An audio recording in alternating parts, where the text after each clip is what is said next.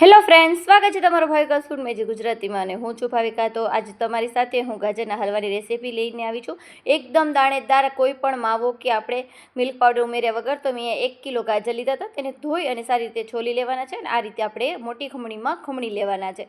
તો કોઈ પણ માવો કે આપણે મિલ્ક પાવડર વગર જ એકદમ સરસ એવો આપણે દાણેદાર ગાજરનો હલવો બનીને તૈયાર થશે। તો તમે આખી ફૂલ વિડીયો જોજો સ્કીપ કર્યા વગર। તો હવે આપણે અહીંયા કને છીણી લેશું અને હવે આપણે અહીંયા છીણા ગયા બાદ હવે એક જાડા તળિયાવાળી કઢાઈ લેવાની છે।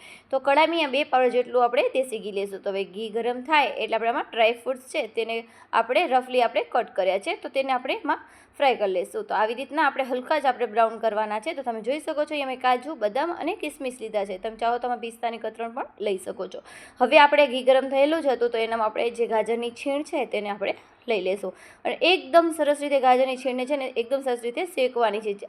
અત્યારે ડબલ હોય ને એનું અડધું ગાજરની છીણ છે તે થઈ જશે ત્યાં સુધી આપણે એને શેકીશું, થોડું કલર ચેન્જ થાય ત્યાં સુધી આપણે શેકવાનું છે। તો આ રીતે આપણે બરાબર રીતે શેકી લઈશું। તમે કઈ રીતે ગાજરનો હલવો બનાવો છો તે મને કમેન્ટમાં જરૂર જણાવજો અને મારા વિડીયો બધા તમને કેવા લાગે છે મારા રેસીપીના અને તો મને જરૂરથી એક વખત લાઇક અને શેર જરૂર કરજો જો તમને પસંદ આવતા હોય તો, અને સબસ્ક્રાઈબ કરવાનું ના ભૂલતા।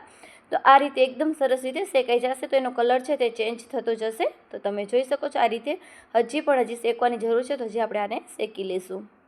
તો આમાં આ 1 કિલો ગાજર છે તો તેના સામે આપણે 1/2 લીટર જેટલું આપણે અમૂલનું આપણે ફેટવાળું આપણે દૂધ લેવાનું છે। તો એકદમ સરસ રીતે આપણે કોઈ પણ રૂમ ટેમ્પરેચરવાળું હોય ત્યારે આપણે દૂધ લેવાનું છે, તો તેને પણ આપણે ગરમ નથી કરવાનું। તો હજી તમે જોઈ શકો છો આને ઢાંકી દીધું હતું એટલે તમે જોઈ શકો છો એકદમ ક્વોન્ટિટી છે તેની અડધી થઈ ગઈ છે। હવે આને એકદમ સરસ રીતે પાછું આપણે હલાવી લઈશું। તો આપણે વચ્ચે વચ્ચે જોતા જવાનું કે શેકાઈ ગયું છે કે નહીં। તો હવે આ એકદમ સરસ રીતે શેકાઈ ગયું છે। તો હવે આપણે આની અંદર ફૂલ ફેટવાળું આપણે 1/2 લીટર જેટલું આપણે એમાં દૂધ ઉમેરીશું। તો હવે દૂધ છે તે ક્રીમવાળું જ હોય અને ફેટવાળું હોય એટલે એમાં ક્રીમ આવી જ જાય। તો આ રીતે આપણે 1/2 લીટર દૂધ છે તેને આપણે રૂમ ટેમ્પરેચરવાળું જ આપણે ઉમેરવાનું છે, ગરમ કરીને નથી ઉમેરવાનું। તો હવે આને એકદમ સરસ રીતે આપણે હલાવી લઈશું અને ઢાંકી અને તમે જોઈ શકો છો દૂધ બળે ત્યાં સુધી આપણે આને થવા દેવાનું છે। તો હજી પણ થોડુંક દૂધ બાકી છે તો આપણે એને બળવા દઈશું। આ રીતે વચ્ચે વચ્ચે આપણે એને ચેક કરતા જશું અને સાઈડમાંથી છે તે આપણે આવી મદદથી એકદમ સરસ રીતે બધું લઈ લઈશું જેથી જે તે એનો મલાઈનો ભાગ હોય છે તે આવી રીતના સરસ આવી જાય। તો વળી ઢાંકી અને મેં પાછી 10 મિનિટ જેવું આપણે અહીંયા થવા દીધું। તો વળી આપણે ચેક કરી લઈશું।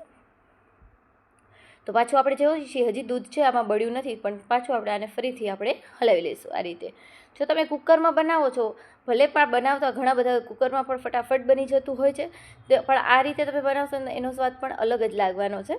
તો આ રીતે એકદમ સરસ રીતે થઈ ગયું હતું। તો અહીંયા તમે જોઈ શકો છો મારું મોટું વાડકો છે એટલે 100 થી 150 ગ્રામ જેટલી આપણે અહીંયા ખાંડ લીધી છે। તમે ગળ્યું કેટલું ખાવ છો એ પ્રમાણે તમે ખાંડનો માપ લઈ શકો છો। તો હવે એકદમ સરસ રીતે બધું આપણે મિક્સ કરી લઈશું અને ઢાંકીને પાછું રહેવા દીધું હતું। હવે થાળી આપણે હવે તમે જોઈ શકો છો એકદમ સરસ રીતે હજી આપણું દૂધ છે તે બળવા લાગ્યું છે। હવે જે ખાંડ નાખી હતી તે પણ પાણી મૂકશે એટલે એનું પણ પાણી અને દૂધ ન બળી જાય ત્યાં સુધી।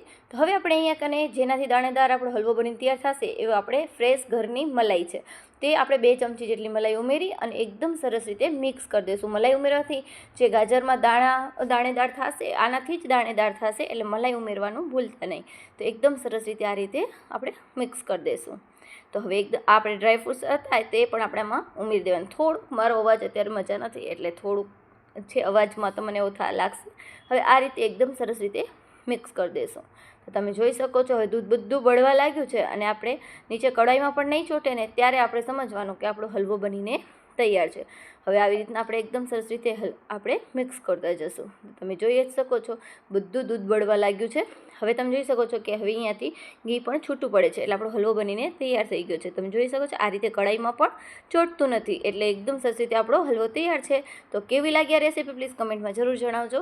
તો એકદમ દાણેદાર ગાજરનો હલવો બનીને તૈયાર છે, તો જરૂરથી ટ્રાય કરજો અને જો વિડીયો પસંદ આવે તો લાઇક, શેર અને સબસ્ક્રાઈબ કરવાનું ના ભૂલતા। Thank you so much video જોવા માટે।